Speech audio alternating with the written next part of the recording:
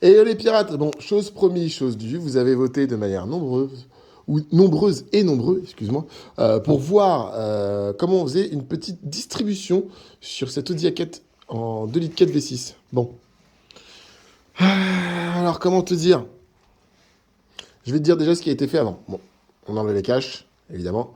On a enlevé tout ce qui était courroie d'accessoires, et évidemment, en amont encore. On a enlevé la poulie damper, on a enlevé un tendeur de courroie d'accessoires qui se trouve là.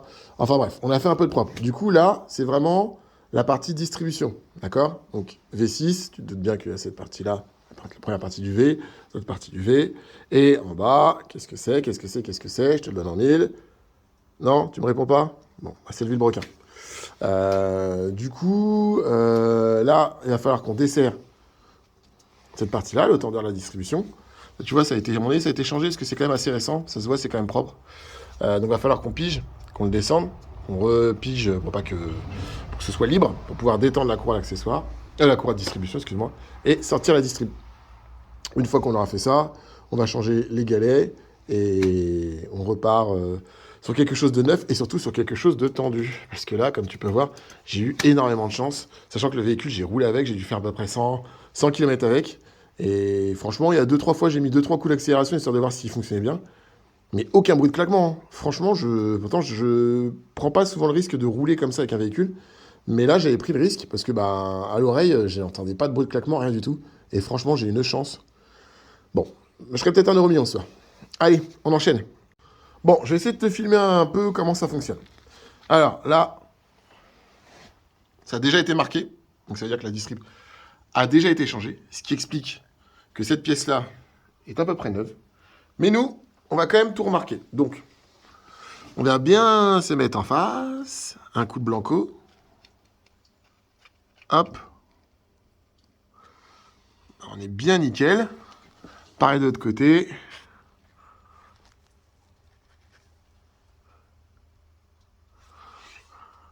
Comme ça, on est nickel. Et surtout, même si ça ne bougera pas, aussi ici. Tic. Je sais pas si tu vas bien voir ce que je fais. Hop. Une fois que c'est marqué, on va desserrer et on va changer notre courroie. Ensuite, bon, pour le tendeur, grosse question. Pour le tendeur, comment on fait? Bon, moi, c'est simple. Je vais te montrer, tu vas comprendre tout de suite. Je desserre le tendeur. Et voilà. Donc, si t'as pas de presse, en vrai, tu peux le faire avec une pince, mais il faut qu'elle ait un grand débattement et il faut que tu aies une sacrée force. Je le faisais avant comme ça avec une pince. Mais avec une presse, c'est beaucoup plus simple. Tu le détends gentiment. Là, on va le desserrer gentiment pour pas qu'il sorte d'un coup et pour pas que ça vienne. Les chiens, ils sont pénibles, hein. Pour pas que ça vienne aller en butée et donc risquer de le rendre inétanche. Et après, tu viens le recompresser avec la presse. Tu remets une goupille et on le remontera. Alors, important. Alors, moi, je te dis comment je fais, moi, hein. C'est peut-être pas la bonne façon. Il y en a, ils pigent. Et il y a certains moteurs où je pige. Là, tu vois, tu dois paniquer. C'est-à-dire, ça a bougé de tout ça. Mais c'est sûr, t'es... Attends, je prends la voix d'éditeur. T'es sûr, t'as éclaté une soupape? Non, non, non.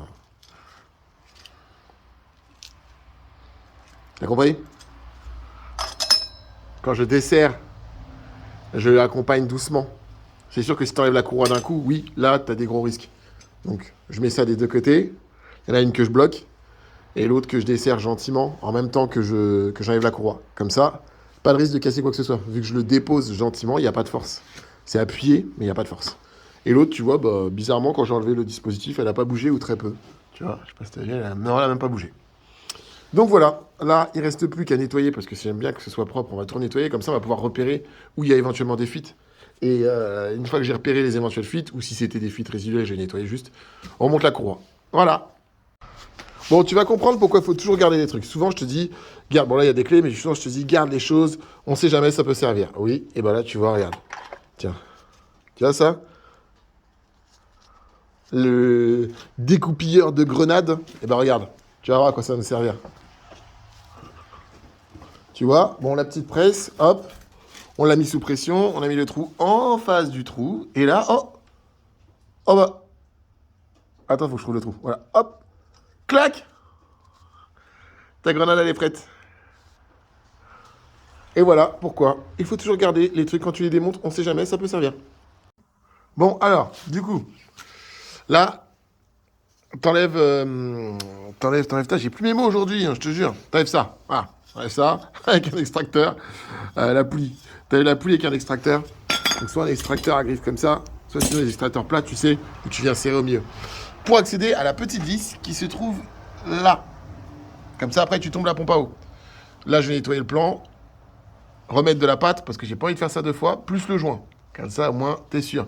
Même si, normalement, en vrai, ce qui te donne dans la boîte, le joint qui est là, devrait suffire. Par expérience, fais-moi confiance, remets un petit peu de pâte, on sait jamais, ça t'évite de le refaire plusieurs fois. Bon, pendant que j'ai mis du produit, comme tu peux voir, pour dégraisser un peu tout ça, et pouvoir éventuellement observer une fuite d'huile, j'ai démonté cette petite partie en plastique pour avoir affaire au Calorsta. Donc, ouais, vu la marque, à mon avis, c'est d'origine.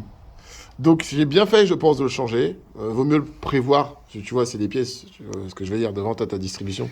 C'est pas des pièces qu'on change tous les 4 matins. Donc ça coûte pas cher.